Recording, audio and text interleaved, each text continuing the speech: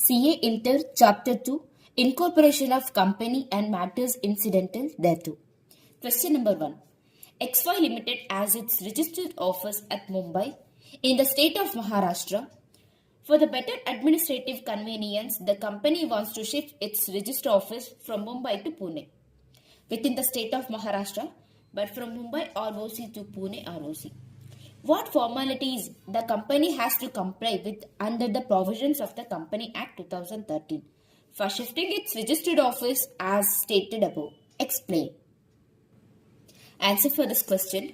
The Company Act 2013 under Section 13 provides for the process of altering memorandum of a company, since the location or register office clause in the memorandum only name of the state in which its registered office is situated, a change in address from Mumbai to Pune does not result the alteration of memorandum, hence the provision of section 13 do not apply in this case. However, under section 12 following procedures is to be followed. A special resolution has to be passed in the general meeting of the company, applied to regional director for approval. Regional director shall communicate within a period of 30 days from the date of receipt of application.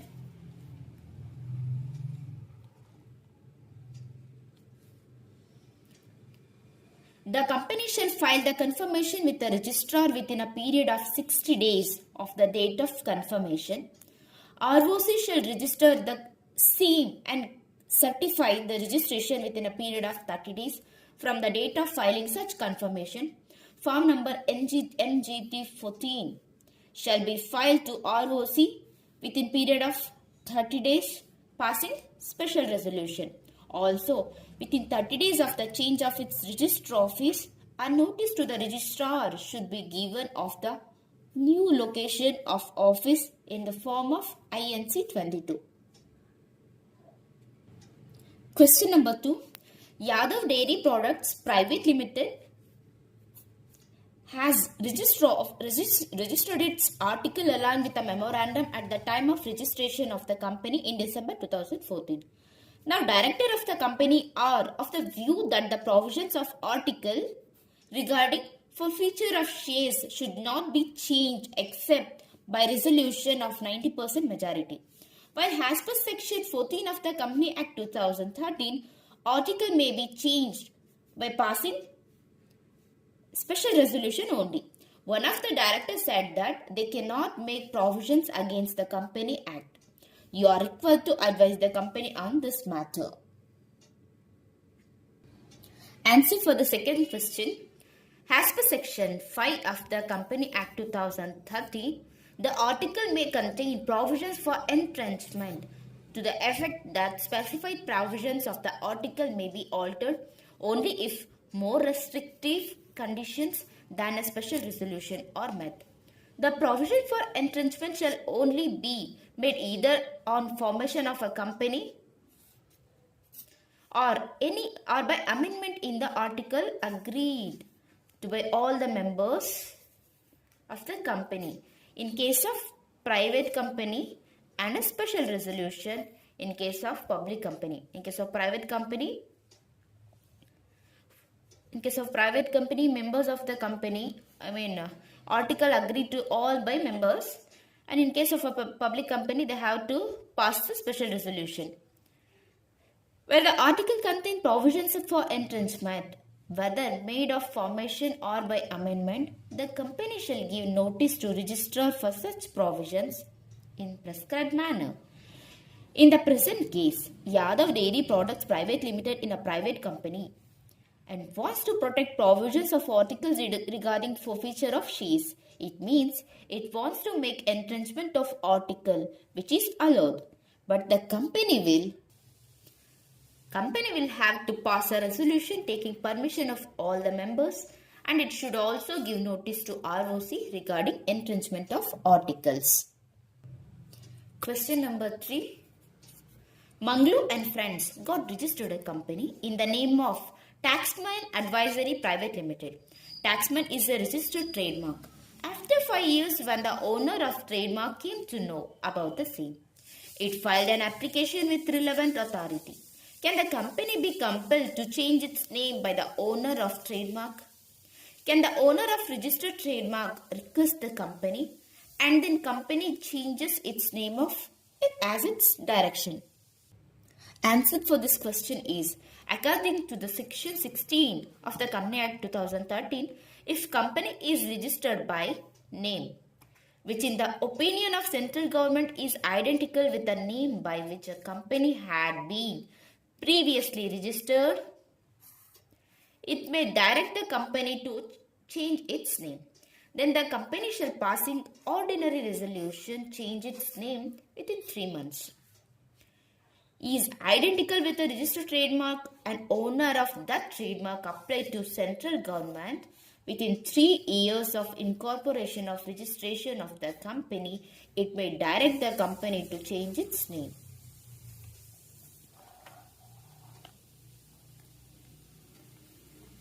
Then the company shall change its name by passing ordinary resolution with 6 months.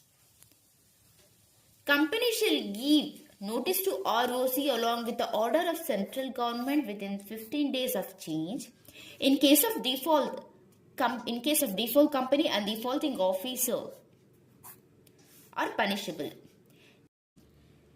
In the given case, owner of registered trademark is filing objection after 5 years of registration of the company with a wrong name which it should have filed the same within 3 years.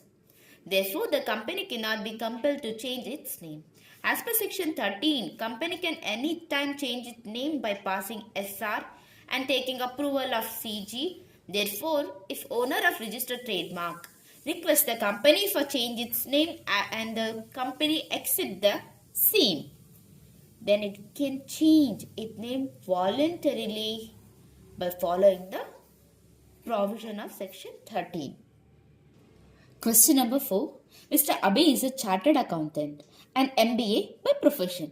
Has been appointed as an executive director on the board of XYZ Limited. His job profile includes advising the board of directors of the company on various compliance matters, strategies, business plans and risk matters relating to the company. Keeping in view of the above position, whether Mr. Abhi can be classified as the promoter of XYZ Limited, please examine the same under the provisions of the Company Act 2013. Answer for this question. According to section 2 subsection 69 of the Company Act 2013, promoter means a person who has been named as such prospectus or is identified by the company in the annual return, or who has control over the affairs of the company directly or indirectly, whether as a shareholder, director or otherwise, or in accordance with whose advice, directions, instruction the board of directors of the company is accustomed to act, provided that nothing in subclause C shall apply to person who is acting merely in a profession capacity. Has the job profile of Mr. Abhi is only limited to advise the board of directors on various compliance matters, strategies, business plan and risk matter relating to business of the company, and the two only professional capacity, he will not be classified as promoter of XYZ Limited. Question number 5. Aman, an engineer, has started a new company with the name of Nuts and Bolts Private Limited. He got registered a company with the same name. However, Nuts and Bolts is a registered trademark. After 5 years, when the owner of trademark came to know about the same, it filed an application with the relevant authority. Can the company be compelled to change its name by the owner of trademark? Can the owner of registered trademark request the company and then company change its name at its discretion? Answer for the question number 5 is, as per section 22 of the Company Act 2013, company may authorize any person as its attorney to execute deeds on its behalf in any place either in or outside India, but common seal should be affixed on his authority letter, or authority letter should be signed by two directors of the company, or it should be signed by one director and secretary. This authority may be either general for any deeds, or it may be for any specific deed. A deed signed by such an attorney of behalf of the company and under his seal, shall bind the company as if it were made under its common seal. In the present case, company has neither given any written authority not affixed common seal of the authority letter. It means that Mr. Parag is not legally entitled to execute deed on behalf of the company. Therefore, deed executed by him are not binding on the company. Therefore, company can deny its liability as a partner. Question number 6. Examine the validity of the following different decisions or proposals regarding change of office by A Limited under the provisions of the Company Act 2013. The registered office is shifted from Thane, local limit of Thane district, to Dadar, local limit of Mumbai district, both places falling within the jurisdiction of the Registrar of Mumbai, by passing SR, but without obtaining the approval of Regional Director.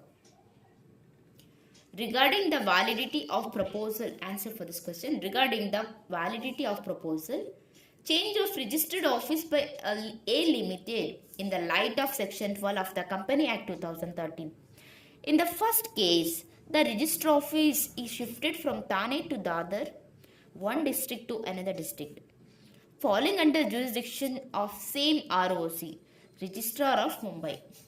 As per Section 12, subsection 5 of the Act, which deals with the change in registrar office outside the local limit from one town or one city to another in the same state, may take place by virtue of a special resolution passed by the company. No approval of regional director is required. Accordingly, said proposal is valid. Then case 2. The register office situated in certain place of a city is proposed to be shifted to another place within the local limits of the same city under the authority of the board resolution. Answer for the case 2. In the second case, change of register office within the local limit of the same city, that proposal is valid in terms it has been passed under the authority of board resolution. Question number 7. Mr. Ram, along with his brothers, got registered a company in the state of Telangana. By furnishing false information knowingly, what action may be taken against the company and its promoters under the provisions of the Company Act 2013? Answer for the question is, as per Section 7 of the Company Act 2013, where a company has been got incorporated by furnishing any incorrect information, the tribunal may on an application made to it on being satisfied that the situation so warrants, pass order for regulation of the management of the company, including changes, if any, in its memorandum and articles, or direct that the liability of members shall be unlimited, or direct removal of the name of the company from the register of company, or pass an order for the winding up of the company, or pass such other orders as it may deem fit, provided that before making any order under this subsection, the company shall be given a reasonable opportunity of being heard in the matter, and tribunal shall take into consideration the transaction entered into any company. Also, the promoters of persons named as its first directors of the company and the persons making declaration at the time of registration of a company shall each be liable for action under Section 447.